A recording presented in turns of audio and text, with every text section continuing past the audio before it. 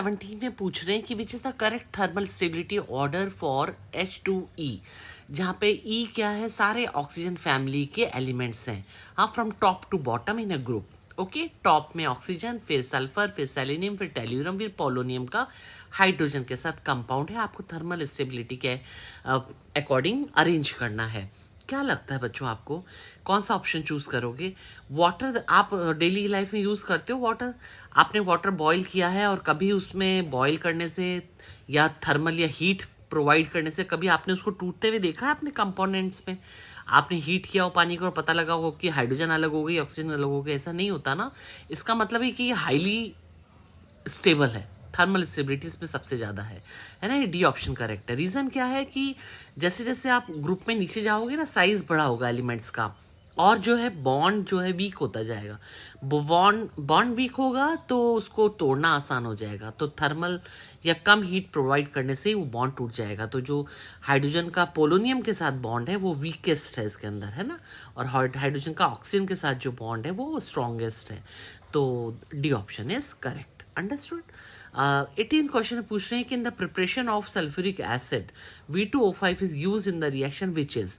क्या लगता है इन चारों में से कौन सी रिएक्शन है बच्चों? V2O5 जो है ना, ये कॉन्टैक्ट बैड, एक बैड होता है कैटलिस्ट का, उसके कांटेक्ट में आती है SO2 गैस, और वो ऑक्सीजन के साथ रिएक्शन करके SO3 बनाती है, सल्फर ट्राईऑक्साइड, क्योंकि otherwise this reaction is very slow. So V2O5 act as a catalyst and helps in reducing the temperature as well as increasing the rate of reaction. Okay, so this is the correct option, D option. Sulfur dioxide reacts with oxygen and converts into sulfur trioxide, है ना, vanadium pentoxide. पहले इसके लिए platinum use करते थे, अब vanadium pentoxide use करते हैं। 19 क्वेश्चन में बोले जेनॉन हेक्साफ्लोराइड पार्शियल हाइड्रोलिसिस करता है वाटर के साथ और एक एक्स कंपाउंड बनाता है। यही सेम एक्स कंपाउंड तब भी फॉर्म होता है जब XeF6 रिएक्शन करता है सिलिका के साथ।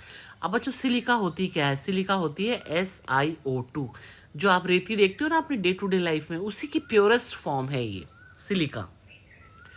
तो इसका मतलब है कि ये ऑप्शन और ये ऑप्शन तो सीधे सीधे गलत हो गए, क्योंकि ये तो तब बनते हैं जब जेनॉन फ्लोरीन के साथ रिएक्शन करता है। इसमें वाटर का हाइड्रोलिसिस और सिलिका में तो ऑक्सीजन है, तो नेचुरली इस कंपाउंड में जो बनेगा एक्स कंपाउंड, उसमें ऑक्सीजन जरूर प्रेजेंट होगी। ये नहीं हो सकता क्योंकि ये फ्लोरीन जो है वो ऑक्सीजन से रिप्लेस नहीं किया जा सकता इस तरह से, बहुत हाईली इलेक्ट्रोनेगेटिव एलिमेंट है फ्लोरीन।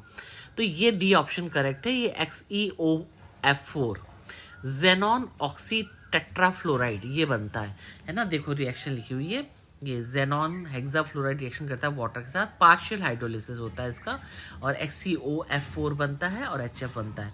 इसी तरह से ये जेनॉन जब हेक्साफ्लोराइड सिलिका के साथ रिएक्शन करता है तो भी जेनॉन ऑक्सीफ्लोराइड टेट्राफ्लोराइड बनता है, ठीक है, और SiF4।